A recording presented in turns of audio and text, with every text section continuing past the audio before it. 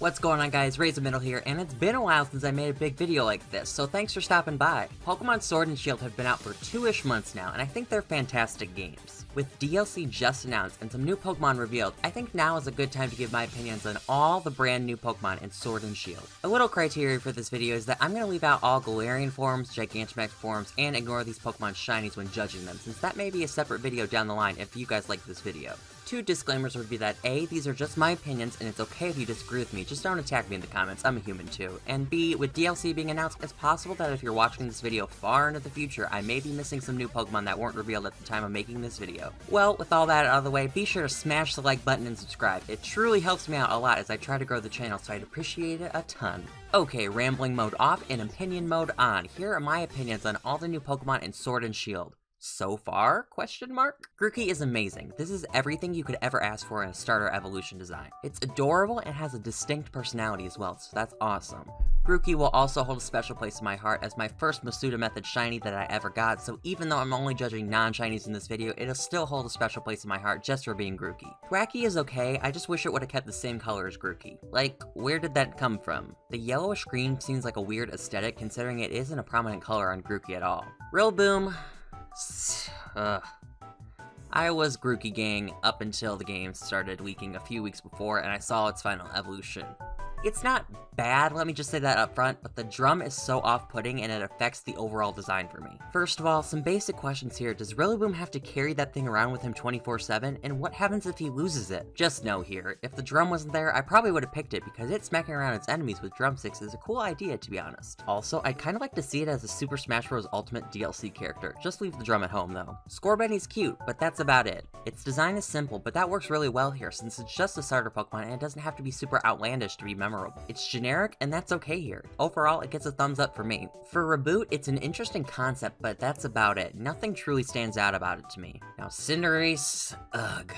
I hate Cinderace, and I'm low-key not sorry about it. It's so awkward, and its design is all over the place. Like, is that a mask or something on its head? And its hands. You cannot unsee those hands. Look at them right now. I think a big issue with Cinderace is that it's actually pretty short, only being 4 feet 7 inches, and its bottom half of its body takes up a big part of its body too. Compare Cinderace's height with the other two starter evolutions, and it's like looking at a WWE wrestler standing next to a 10-year-old who wants to be a WWE wrestler. Sobble is adorable and has a relatable personality for real. This Pokemon is for all those people out there like me who are antisocial, moody, and have anxiety. When I saw Sobble start crying in the little intro before you pick the starter in the games, I knew this Pokemon was the one I wanted. Drizzle, I don't know. This is our token emo child of the starter Pokemon from Generation 8 though. Last generation it was Dartrix, and now we have this little dude. My only problem with its design is the green on him. It's the same thing as Thwackey in that it just adds a random color to it and doesn't fit the evolution line at all. Inteleon gets a lot of hate, and I know that, but I don't think it's as bad as many people say it is. Looking at the designs it has from both official artwork and fan-made stuff, it looks a lot better than the animations it has in the games. The spy theme is super cool, and the Inteleon on my team was a powerhouse. She was awesome. Squelvet is just your generic early normal type Pokemon, nothing special here. Greedent is annoying, and I don't know why, but all I see is Peter Griffin for some reason. Is that weird? I could totally be imagining that, to be fair though. And I hate that it just steals your berries from trees. Just go away, dude. Rookidee is awesome, a great design overall for this region's early route bird Pokemon.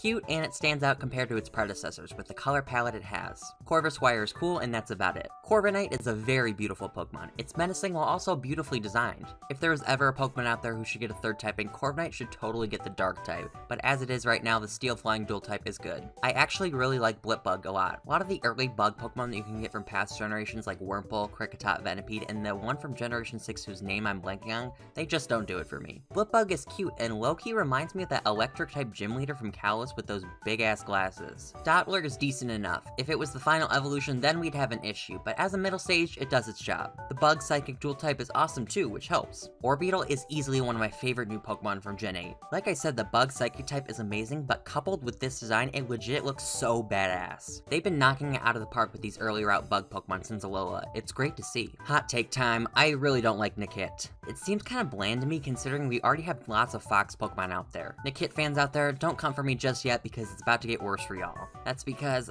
Thievul is just the ugliest thing ever. Sorry, not sorry. The mustache is so off-putting and the mask or whatever covering its eyes looks so strange. I get that it's a thief or whatever and it's a dark type, but come on Game Freak, Sly Cooper already pulled this look off nearly 2 decades ago. You're a little behind on this one. Gossifleur is boring, nothing special about it.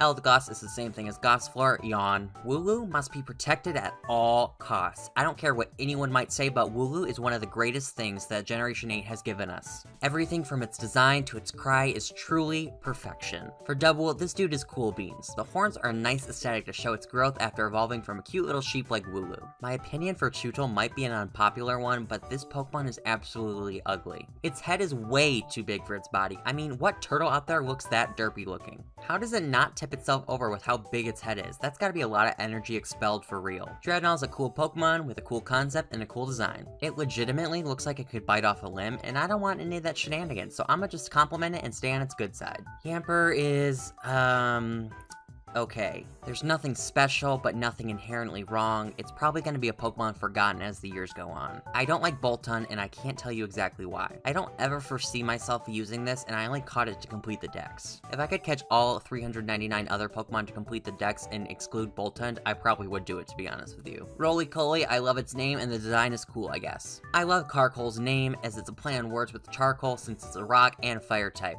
Decent design overall. I also like that it runs along the train track in that one cave in the game. It's really cool. Colossal is absolutely epic. Once again, I love its name. Changing the spelling to Cole, C-O-A-L, since it's a rock type to make Colossal since it's huge is a fun play on words. Really nice Pokemon, and I'm happy I used one on my team. No regrets. Applin's cute, but I'm not particularly a fan of Pokemon based off food, but at least Applin is cute. Maybe it's just my Flapple that I used on my team, but it was not the strongest for me, that's for sure. Cool design though, which is why I picked this evolution instead of the other one. Speaking of that evolution, Appletun is Applin's other evolution, and I'm not really a fan of it. I haven't seen it in action though, so I have no idea what its battle animations and movements are like, but if I were to assume, it would probably be derpy. Silly Cobra is okay. I don't even know if I said its name right, but nothing to write home about. Sandaconda is also okay, but the name is A1. Sand, since it's a ground type, and Anaconda, a species of snake, that's dope. All I see and all I will ever see is that bird from Up when I see Cramorant. Moving on. Barracuda is generic to say the least. Barracuda is the same thing, but I like its name.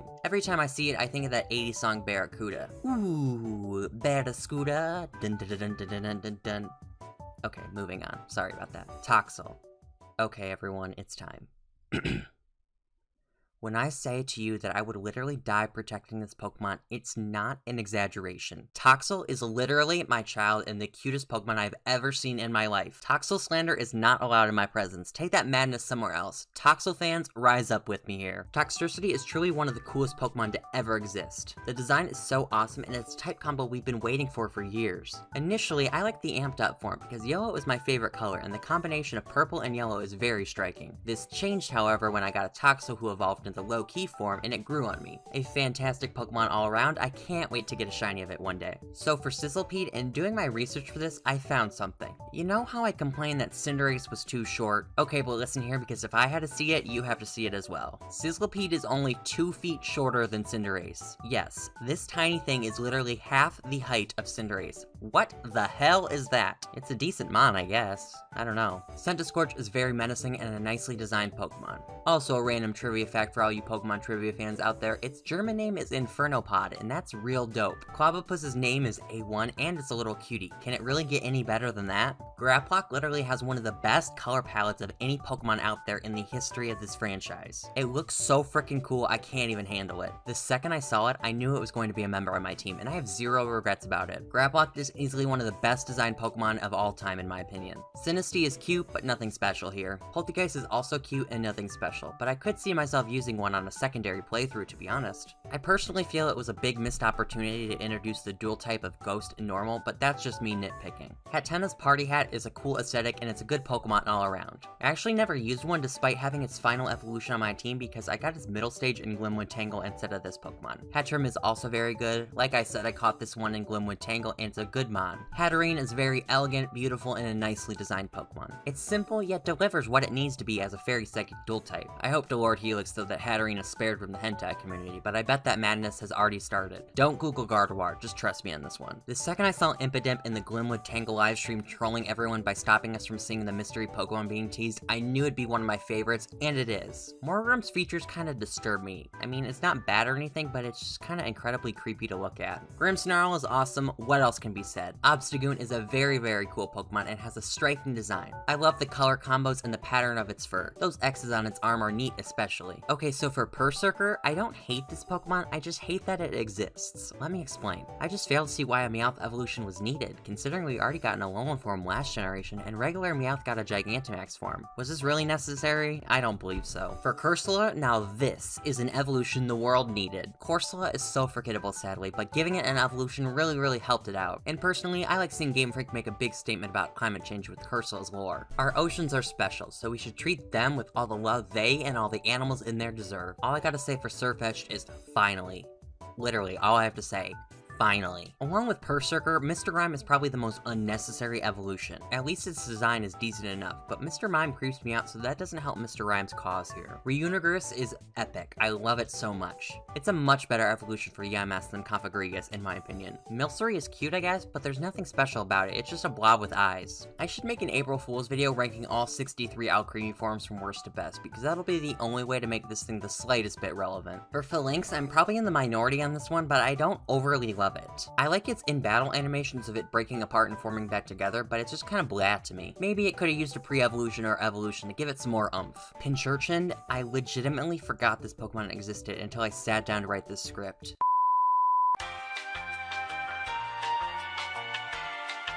I love Stomp's typing, but the design is lacking in anything memorable. Frostmoth, on the other hand, now this is memorable. It's so majestic and beautiful, and they knocked it out of the park here. Stonejourner, this poor dude is probably going to be forgotten in the future. It's not his fault or anything, it just seems out of place compared to the rest of the Galar decks to me. The Ice Cube head form for Ice Cube is adorable, and I need its shiny ASAP, but its other form is bleh. Cool concept though, so 2 claps for them for trying. Okay, I remember seeing a tweet from PokeTuber KCray, you should probably check her out, she's an awesome content creator, but she compared Indeedee to a Midwestern soccer mom, and it's literally the only thing I see now and probably will ever see going forward. Alexa plays Stacy's mom by Fountain of Wayne. Morpeko is your typical regional Pikachu clone. From a marketing perspective, I get why every region has one, but lord are they pretty much useless most of the time. For how long we've waited for the electric dark dual type, I'm low-key salty Morpeko is the Pokemon they used it on. Its hangry form is an actual mood though, so it has a slight bit of a redemption. Cuffin is the content I'm here for, yes. Vampy and Donphan are some of my favorite Pokemon ever, so any elephant Pokemon will always get a thumbs up from me. Caparaja 2 is such a badass Pokemon, plain and simple. Dracozolt is cool, I guess? Nothing really to talk about. Arctozolt is awesome, and the dual typing of electric and ice definitely boosts the awesomeness for me. Dracofish disturbs me, if I'm being honest with you. They should have just left this Pokemon in the unused Pokemon folder at Game Freak offices. Arctofish, yawn, nothing special. I'm glad they revived the Steel Dragon dual type for Duraludon, but I would be lying if I said this was my favorite Pokemon. I just wish they would have gone with a different direction with the design, honestly. Dreepy is cute and cool. I definitely want to train one someday. Dracloak is a very nice middle stage evolution. I feel like middle stage Pokemon look so awkward most of the time, so I'm glad this thing actually looks great. I could totally see this Pokemon being a standalone Pokemon if its evolutions didn't exist. For Dragapult, once again, Game Freak has knocked it out of the park with the regional pseudo-legendary Pokemon. This is everything you'd expect from a pseudo-legendary, and I'm happy it looks the way it does. Dog lovers unite! Zacian, I love this thing for real. Zamazenta, there's nothing inherently bad, but I chose Pokemon Sword, so take that comment how you may. I know Eternatus is intentionally creepy and menacing, and it does a good job at conveying that, but oh my god, its body creeps me the hell out. I am in love with Cubfu, and it's so adorable, I need one now. For Shifu, I don't know if I'm saying its name right, but both its forms get 2 big thumbs up for me. Such a fantastic legendary Pokemon. I really don't know how to feel about Calyrex yet. It just got announced, so maybe I just need some more time to think about it, but right now it's just not doing it for me. The last 2 Pokemon we're going to be talking about today today. We don't know their names yet, they didn't confirm or anything, so I'm just gonna give my own nicknames. How about that? I'm gonna name this one Regilectric, and I really like the concept art, although I would have done without the giant electric arms. Regigigan, I'm not feeling this one at all. Thank you, but next. There we have all my opinions on all the new Pokemon from Pokemon Sword and Shield. Overall, the batch of new Pokemon we got this generation are fantastic, with a few out there just not doing it for me. Of them all, I'd have to say that Toxel and Toxtricity are my favorites, and for my least favorites, let's just say it's an even tie between Dracovish, Berserker, and Arctovish.